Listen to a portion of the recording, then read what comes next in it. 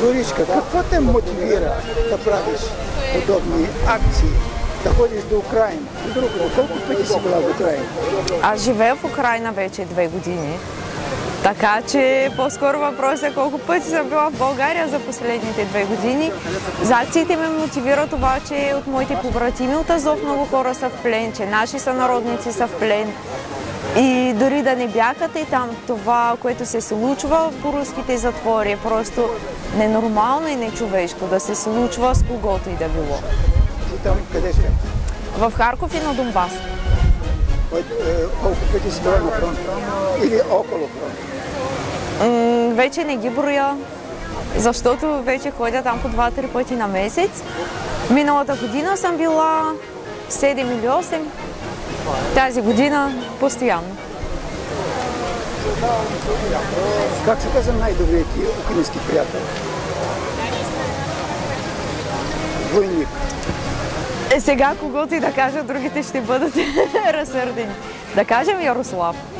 Добре, а откъде идва този сентимент към Азов?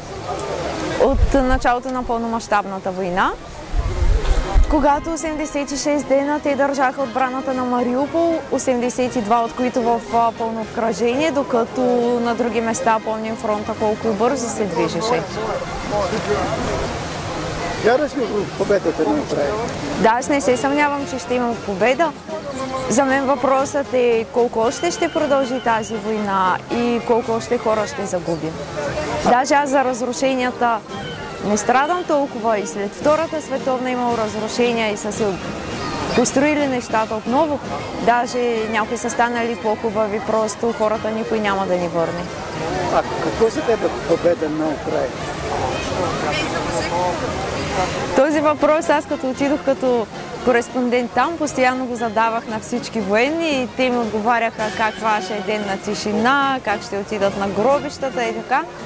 И аз много им се чудех, а сега, след смъртта на някои побратими, победа реално няма да има, защото дори да разбомбят Москва, дори Путин да го съдят, да умре там, въобще каквото и да стане това, няма да върне загубените животи. И победа е просто да ни оставят на мира, да си живее Украина както си иска в териториите от 1991 година. Възхищава ли се на героизма на украинците? Кои украинци? На фронта. Да. А в Киле? На някой, да. А какво те разочарова в Украина? Бюрокрацията. Ти се сблъска там с бюрокрация, когато си внасяла... Много жестоко. Не, сблъскала съм се с бюрокрацията покрай кучето, защото за да излезе кучето, което е българско куче, с български европейски паспорт на домашен любимец, с чип, вакцинации и всичко, там всеки път минава един ден в събиране на бележки, миграционната служба. По много въпроси съм се сблъсквала с бюрокрацията. Ясно. А какво си вече возила в Украина, освен хуманитарна помощ? Предпочитам да не отговарям на този въпрос. Ясно. Тази акция днес, как ти хрумна да я организираш? Аз имах идея за такава акция още миналото лято, но някак не успях по време с организация, кога си идвам, кога си тръгвам. Така че идеята е отдавна, нарочно е в тия дати акцията и в София, и в Пловдив, която беше, и в Търново, която предстои, покрай терористичния акт в Оленивка, който беше на 28 срещу 29 юли през 22 година, когато руснаците просто разбомбиха невъоръжени военнопленници.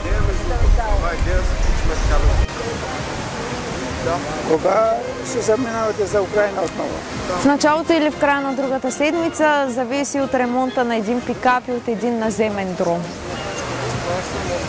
Това ще ходи за нашите хора? Не, те са там. Добре, поздравям ти, успех и паси се. Благодаря. Слава Украина! Героям слава, да живее България! Да живее България!